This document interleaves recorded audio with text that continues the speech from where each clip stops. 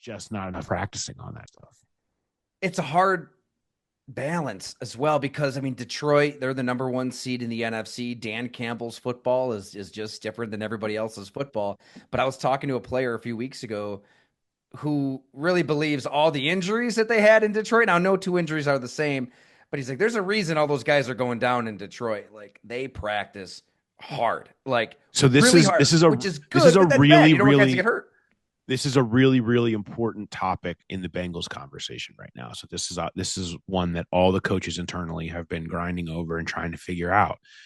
They have started slow every year, right? They just every year. Now, partially that is Burrow has never been right day one.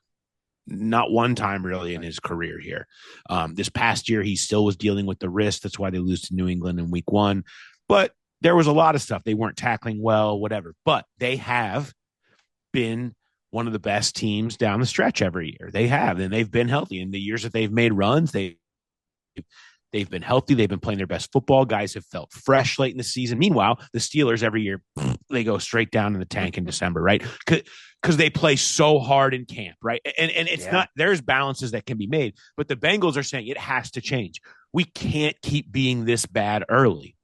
So what do? Where's that balance? Is it more live tackling? Is it just strictly more preseason game reps? Is it just going to be as simple as making sure Burrow's healthy? But how do you do that and not become Marvin Lewis's Bengals used to be? He would beat them up in camp and they were dead by the time they got to the end of the season. And he was 0-7 in the postseason.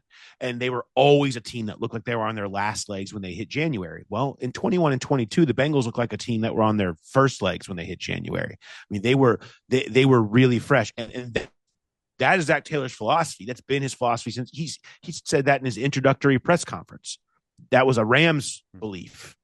And so where is the balance? They're fighting that battle now of how do we still get to that feeling in January, but not miss out on January because we played so poorly in September. And I mean, and not tackle like ass for 5 weeks.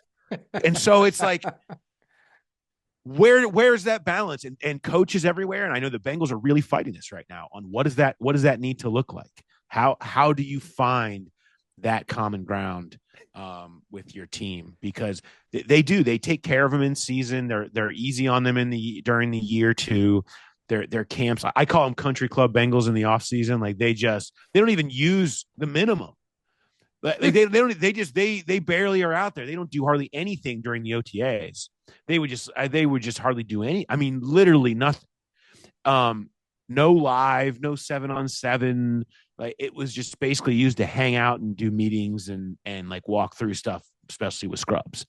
And so that's fine, man. Like, but it's hard to marry those two. It's hard to marry that you start slow every year and that your country club Bengals in the spring. So like, what does that look like? I don't know. I think that I'm curious to see what that routine looks like this year. Rex Ryan had the slogan in the offseason, all in. I think Sean McDermott at one point had playoff caliber, then championship caliber. I think Paul Daner Jr. just coined the 2025 Cincinnati Bengals. Let's not tackle like ass. That's it. That's the Bengals offseason slogan right there. If they didn't tackle like ass, they might have been in the AFC Championship game. That's it. Let's or just not tackle like ass for like 2 weeks less. If they just could have started not tackling like ass in like November, right, then they would have been okay. They would have beaten the Chargers. Let's not tackle like ass for 2 weeks less. Let's not tackle like ass. That's the shirt. Put it on the wall. Yeah, I like that. We'll put it. You get the slogan. Everybody can start reciting it. This year, we're not tackling like ass. That's going to be what it's going to be.